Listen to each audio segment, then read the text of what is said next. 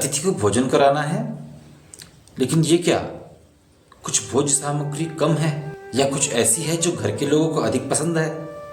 कहीं अतिथि को देने से कम न पड़ जाए या कहीं अतिथि पसंद ना करे।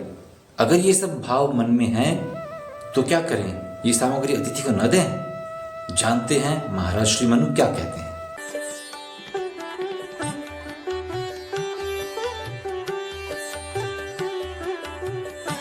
एक यात्रा स्वयं की ओर के आज के इस ज्ञान सत्र में उपस्थित सभी आत्मानुरागी ज्ञानानुरागी बंधुजनों को सादर नमो नारायणाय। महाराज श्री मनु अतिथि सेवा के विषय में चर्चा करते हुए मनुस्मृति के अध्याय 3 के श्लोक संख्या 106 में क्या बता रहे हैं, ध्यान से सुनिए। महाराज श्री मनु बोल रहे हैं, न वै स्वयं तदश्नीयाद अतिथिं यन्न भोजयेत् धनम यशस्यम आयुष्यम स्वर्गम वातिथि पूजनम।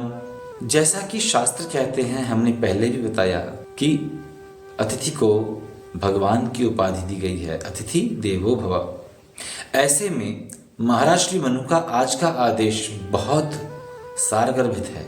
कई बार घर में ऐसी परिस्थिति आती है, कोई अतिथि आ गया, यद्यपि भोजन में सामग्री पर्याप्त है पेट भरने के लिए, लेकिन कई तरह की भोज्य सामग्रियों में कुछ सामग्रियां ऐसी हैं जिसके लिए हमारे मन में शंका है कि कहीं अतिथि इसे पसंद न करे, या सामग्री अच्छी तो है लेकिन ये इतनी कम है कि यदि अतिथि को दे दें तो शायद हमारे घर में हमारे लिए अथवा बच्चों के लिए ये कम पड़ जाएगी, अथवा पहले ही ये सामग्री बहुत कम है। यदि ये भी अतिथि को दे दी जाए तो हम क्या खाएंगे फिर।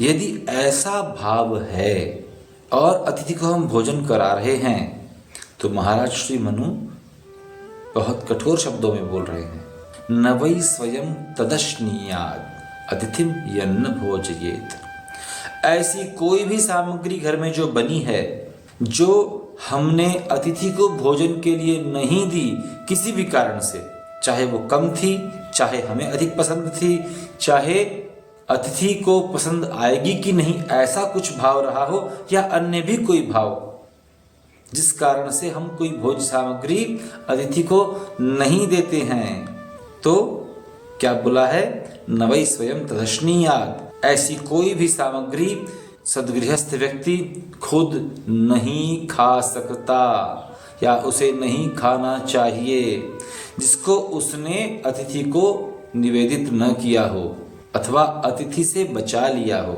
हाँ, जो इसमें एक अवस्था दी गई है कि अतिथि को पसंद ही न हो शायद, तो भी दोष। हाँ, अगर आपने अपनी तरफ से रोक लिया तो दोष है। कर्तव्य क्या है, अतिथि के सामने प्रस्तुत कर दीजिए। यदि अतिथि रूपी देव उस भोज्य सामग्री के लिए स्वयं मना कर दें कि जी ले जाओ इसे, मुझे नहीं खाना, तब दोष समाप्त हो जाता है, तब आप उसका भोजन कर सकते हैं। अतिथि का भोजन कितना महान कर्म है।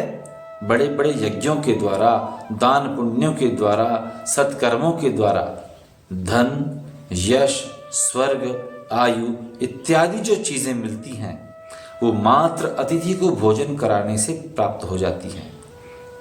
तो अतिथि का पूजन जब इन सब चीजों को देने वाला है तो उस पूजन में कदापि मन में मलिनता न लाएं, मन में अभाव का भाव न लाएं, संकोच न लाएं। उन्मुक्त हृदय से, पूर्ण समर्पित भाव से अतिथि पूजन करना चाहिए। और हर वो सामग्री जो आपके घर में उपलब्ध है पहले अतिथि को दीजिए। यदि बच गई तो आपको खाने का अधिकार है, अन्यथा नहीं। ये महाराज श्री मनु का आदेश है। कैसा लगा आज का ज्ञान?